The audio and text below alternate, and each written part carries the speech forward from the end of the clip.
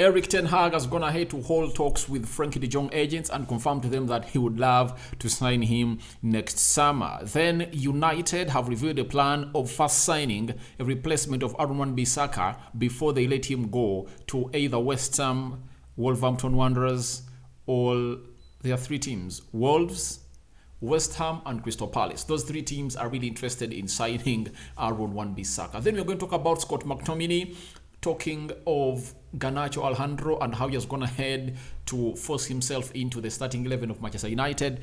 Obviously, we are going to let you know the news that has been brought to us of who is exactly required or expected to start in the game of United versus Burnley that is going to be starting the next 2 hours from now. So that means that, like, 1 hour from now, we are going to be doing what we call the match build up as we discuss the starting 11 of United that have put out there to go on and face a team called Brighton at Old Trafford. A team called Burnley at Old Trafford. And obviously, you know how we do it. We talk to you and you give us your reasons and thoughts as far as this game of football is concerned. Now, let's get into this episode because it looks like it's going to be a long one. Let's start off with Erik ten Hag. Now, we've been told by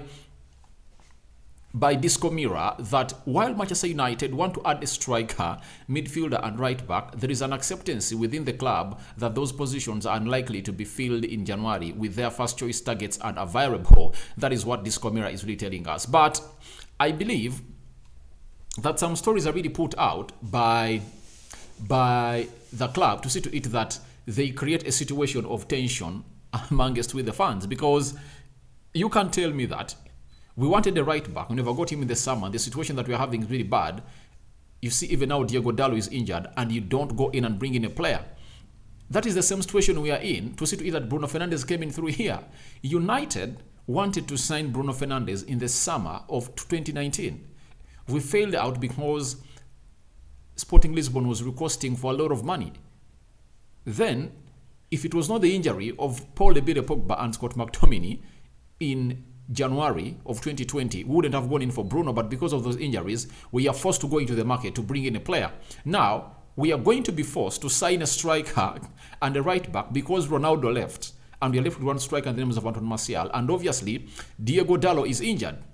You get? So, that has been reported by Manchester correspondent, that is David McDonnell. But I believe these stories are really put out by the board to see to it that they create tension amongst with the fans of United, because they want us to catch us unaware. That's what I really believe. But I believe these signs are really going to come in through because Ten Hag has called for them. We need these players, and the Glazers know that they have to put the club in a perfect position to see to it that they can go on and compete. If at all they don't go on and do that, they won't compete.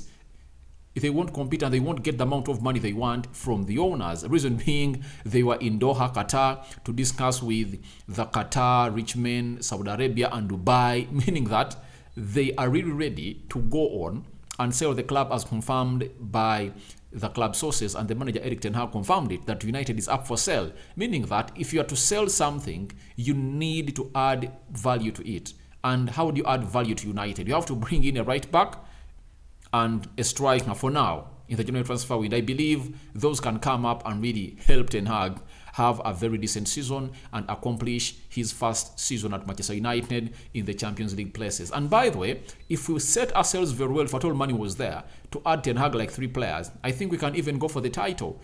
Because when you look at the table of the Premier League, Arsenal that is really leading the table, when you look at the table of the Premier League, the Premier League standings, Arsenal is having 37 points. United is having 26, meaning that we are 11 points behind Arsenal. With us playing them in January, we have a chance to go on and stop them, at least reduce those points to 8. If at all you go on a very good stretch of wins, we can really put ourselves in the battle to win the Premier League. But what does that mean? It means we have to go on and really bring in people that Erik ten Hag really wants. But for the midfielder, I believe it's going to happen in the summer, because the midfielders we want are really expensive. And if at all you add like £45 million for Cody Gakpo that is coming in January, you add on like 30 for Okay, you add on like 24 for the right back. Those are 70 million pounds.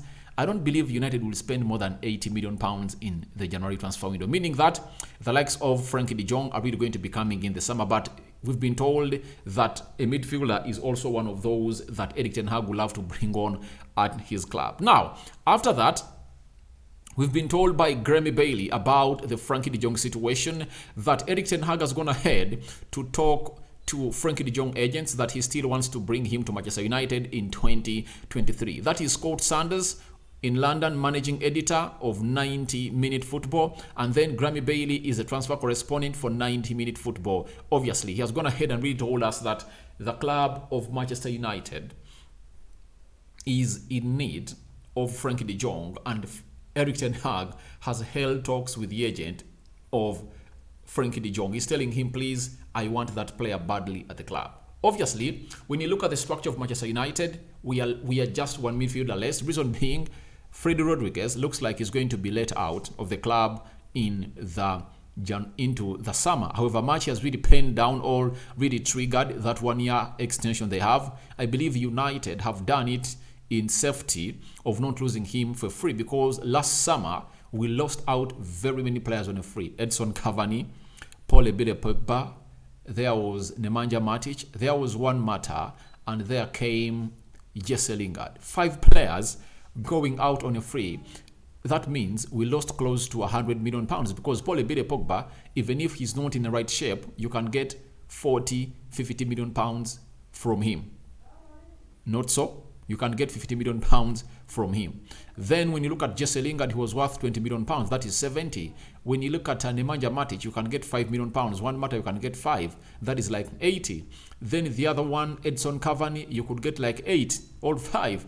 Approximately 100 million pounds we are lost in players that really went out on a free. So United don't want to repeat the same situation. That's why they've gone ahead to trigger that 1 year contract of Diego Dalot and Rashford. They don't want them to discuss or hold any discussions with any team in the January transfer window, because if at all it hit January 1st, when United had not triggered their 1 year, their option 1 year, it would have resulted into other clubs to talk to Rashford and Dalot. With teams like Barcelona, Real Madrid interested in Dalot, PSG interested in Rashford, and their president came out in Qatar and said they want to sign Rashford and get him on a free. Would be a bargain. That's what he said. So that scared United a lot, and they said, all right, let's go in and really tie this player until we continue, as we continue doing what we call the contract negotiations of really giving him a new contract that he really deserves at Manchester United. But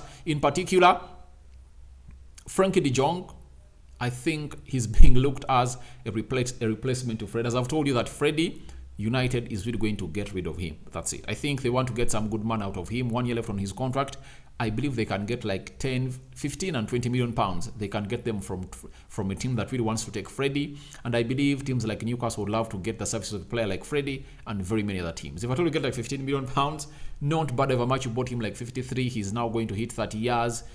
He has had some exciting seasons under Ole Gunnar Solskjaer, but his consistency has really been in question. That's why Erik ten Hag believes that he needs either Frankie de Jong, Jude Bellingham, or Caicedo, or Enzo Fernandez to come in and really get the job done at Manchester United, because Freddie has not shown consistency, but Frankie de Jong, everywhere he has gone, consistency has been part of his game, and that's why I really recommend and call him a world-class player. He's a different midfielder altogether.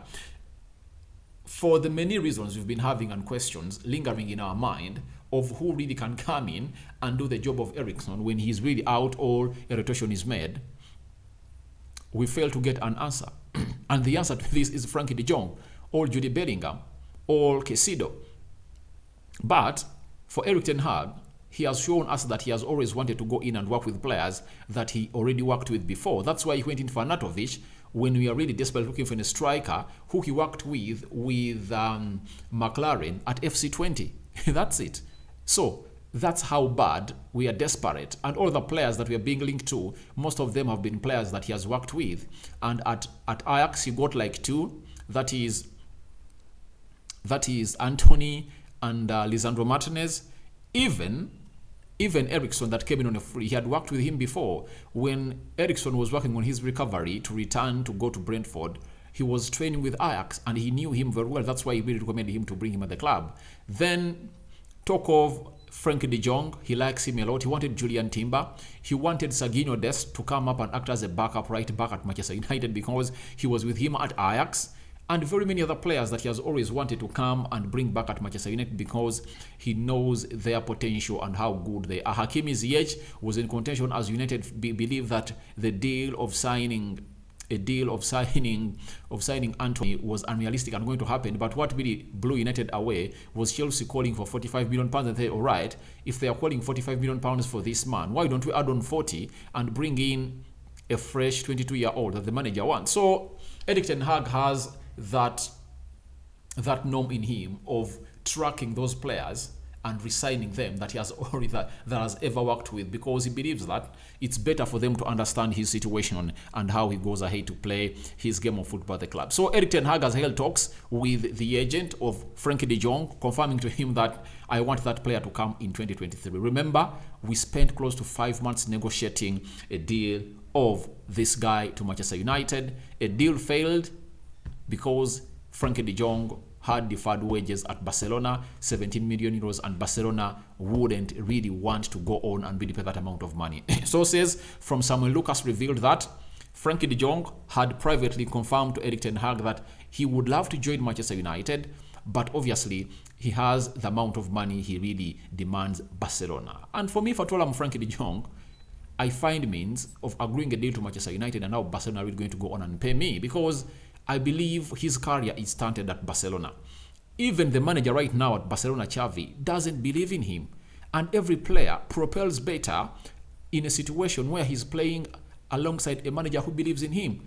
Ten Hag believes him. He knows he's going to get first team football at Manchester United. Why not go to where you are wanted? And I believe these are the reasons that Erik ten Hag is telling the agent of Frankie de Jong that your player is one of the best midfielders in the world, but he is no longer noticed or noticeable in that caliber. Reason being, the managers at Barcelona that have been really coaching him have not yet known what he is all about.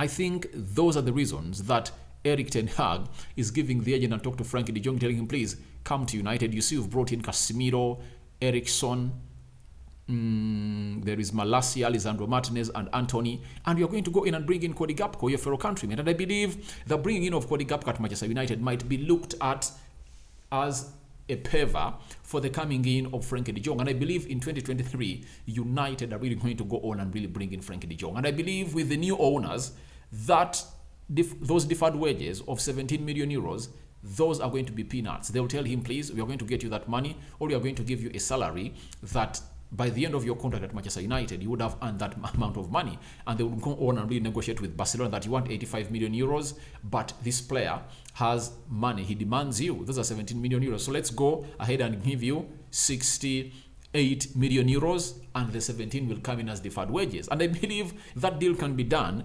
And obviously, it will get done and dusted if at all Erik ten Hag really needs the player. And if at all you think of a player that he would love to go on and sign, it's him. Because every manager would love to go on and really get his marquee signing. De Jong was the number one target signing for Erik ten Hag. That's it. Let no one lie to you. He was the number one target signing for Erik ten Hag. And obviously, ten Hag looks like he is really going to go on and push for this. But let's wait and see how that is going to go on and happen as far as this is concerned at Manchester United. Now, Scott McTominay has gone ahead to talk the following on Alejandro Garnacho. He says he's a hell of a player. If he keeps his feet on the ground, if he keeps learning and working hard, he can do whatever he wants in football. He's such a player. Talented. He's such a player talented. He needs to stay humble and keep working hard. Obviously, those are what makes up a player. That's what makes up a player if he's going to go on and outlive generations, like you've seen the Ronaldos, the Messis, the Di Marias, the very many other players that the Luka Modric of this world, till at the age of 37, 38, looks like a prime Modric. Garnacho is a talented player. His talent is unquestionable. He dictates games, his pace, he scores goals, he creates assists. In his last 4 games that are competing for United, has gone ahead to score 2 goals and create 2 goals, 4 in 4. It shows you how much he can impact the game, especially when he's coming off the bench. And I don't know whether today is going to be into the starting 11 of United, but I know this boy is of pure quality. That's why you see teams like Chelsea, Real Madrid are really going in for him, and United want to give him a new contract that is really better, that is really attractive, with wages of £50,000 a week, because he has gone ahead to explode from the academy of United. He's exciting, and he wouldn't like to lose a player like Alejandro Garnacho. I believe in him a lot, that he's the next player. Maybe if at all he feels like he wants to leave Manchester United in the next 2-3 years, he would cost close to £100 million plus from United to go on and really extend his career elsewhere. Because these players, I told you, players from Latin America always like to go to play for Barcelona or Real Madrid. But Garnacho, Alejandro, I think we have a chance to have a glimpse at him today in the game against Burnley. In any game situation, I believe he has a chance. One, if we are leading, they can take Rashford off and bring him on, or start him and bring Rashford on. But the news we are getting shows that Rashford is going to start ahead of him. Now, after that, even if we are losing or needing a goal, you can bring him on and does his magic, his footwork magic, and create space for United and really take out those bodies. His best attribute is taking off bodies. You get taking off bodies, and his risk play into the opponent's box. That is Alejandro Garnacho for you. But he needs to go on and really work on his attitude, because it's what costed him for not playing in the preseason games for United. And Erik ten Hag had him. He had noticed that the guy is talented, but he had to go on and really nurture him into a player that he wants to go on and really bring up at the club. Let's go to a story of Aaron Wan-Bissaka. We've been told by Alex Crook of TalkSport that Manchester United want to sign a replacement right back before letting Aaron Wan-Bissaka leave in January. Crystal Palace and Wolves are interested in Aaron Wan-Bissaka. That is a very good move for Manchester United, because these are things you're supposed to go on and do. Because if you don't do them, then they will do you themselves. If you sell a player before getting his replacement, you are going to be sorry about that. You are going to be overcharged. That's it.